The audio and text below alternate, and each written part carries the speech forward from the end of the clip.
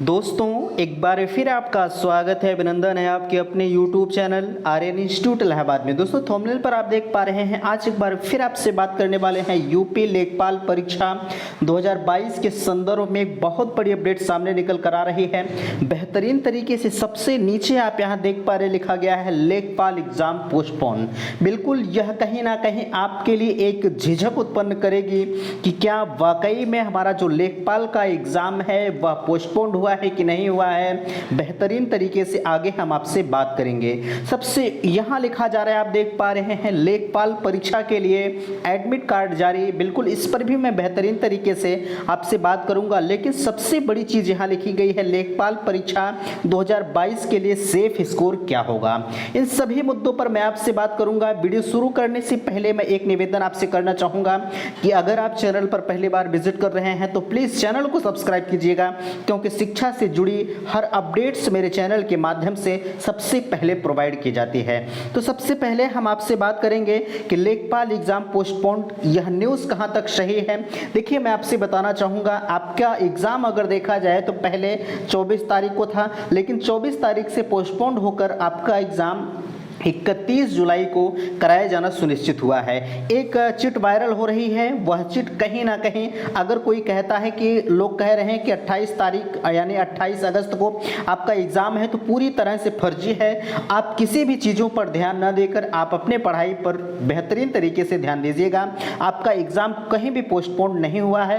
अगर ऐसा कोई कहता है या कोई टीचर कहता है तो कहीं ना कहीं वह पूर्णतः फर्जी है। ठीक है, चलिए हम बात करेंगे आपसे लेखपाल एग्जाम के लिए जो आपका एडमिट कार्ड है वह कब तक जारी होगा। देखिए अगर हम बात करें उत्तर प्रदेश अधीनस्थ चयन सेवा आयोग, अगर आपका एग्जाम 31 तारीख को है, ठीक है, अगर आपका एग्जाम 31 तारीख को है तो जाहिर सी बात है आपका जो एडमिट कार्ड है वह 24 से 25 तारीख के बीच में आपके बीच में आ जाएगा। ठीक है, लेकिन एक चीज आप यहाँ ध्यान दीजिएगा, यह पोस्टपोन वाली जहां तक बात है, अगर देखा जाए यह आयोग कुछ ऐसा है कि जब तक आपका एग्जाम फाइनली हो नहीं जाता तब तक इस पर पूरी तरह से विश्वास नहीं किया जा सकता है। आपका एग्जाम भी ये रिलीज कर देंगे, आपका एडमिट कार्ड भी ये रिलीज कर देंगे। एडमिट कार्ड रिलीज करने के बाद भी आपका इस जो एग्जाम है वह पोस्टपोन हो सकता है। फिलहाल के लिए आप 31 तारीख को ही आप मानकर चलिएगा कि आपका एग्जाम 31 तारीख को ही होगा। तो अब आपका एडमिट कार्ड वाले जहां तक रही बात, तो आपका एडमिट कार्ड 24 से 25 तारीख तक आपका एडमिट कार्ड जारी कर दिया जाएगा। चलिए हम बात करते हैं आपसे लेखपाल के लिए आपका सेफ स्कोर क्या रहेगा। देखिए मैं आपसे अगर बात करूं लेखपाल के लिए सेफ स्कोर और कट ऑफ में थोड़ा सा अंतर होता है। आपका जो कट ऑफ होता है वह परीक्षा के बाद आती है। ठीक है, लेखपाल सेफ स्कोर और कट ऑफ में आप अंतर समझिएगा। आपका जो लेखपाल का जो कट ऑफ होगा वह परीक्षा के बाद, यानी आपकी जब परीक्षा हो जाएगी उसके बाद आएगा। जो आपका कट ऑफ होता है वह पेपर के आधार पर डिपेंड करता है। मीन्स आपका जो पेपर है वह कितना आसान आया था और कितना सरल आया था, कितना कठिन आया था, इस पर डिपेंड करता है। और जो आपका सेफ स्कोर होता है वह सेफ स्कोर पहले से ही वह निर्धारित किया जा सकता है। ठीक है, कट ऑफ आपका आपके एग्जाम के बाद ही आएगा। चलिए हम बात करते हैं आपका जो सेफ स्कोर है वह कितना हो सकता है।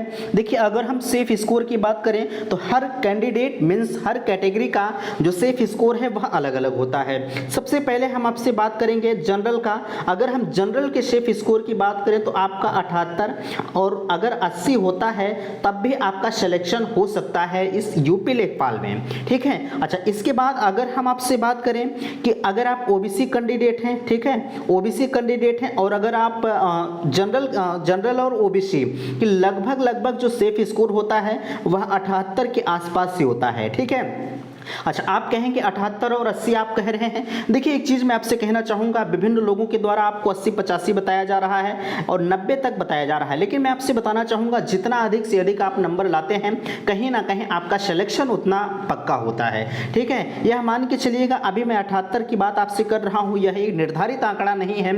इतना आप करते हैं तो आप एक पास होने की श्रेणी में होते हैं। ठीक है, और आपके लिए मैं कहना चाहूँगा आप अधिक से अधिक नंबर गेन करने का प्रयास कीजिए। कीजिएगा। चलिए हम ओबीसी की बात की 78 से 80 के बीच में, और उसी के बाद अगर हम बात करें आपसे एससी कैंडिडेट की, ठीक है, तो अगर आप एससी और एसटी कैंडिडेट हैं तो आपका 72 से आप 74 के बीच में अगर आपका शेफ स्कोर होता है तब भी आप पास होने की श्रेणी में होते हैं, ठीक है। वहीं आप फायरमैन इन सभी के कैंडिडेट हैं तो आपको 75 से 80 के बीच में आपको भी होना लाजमी है।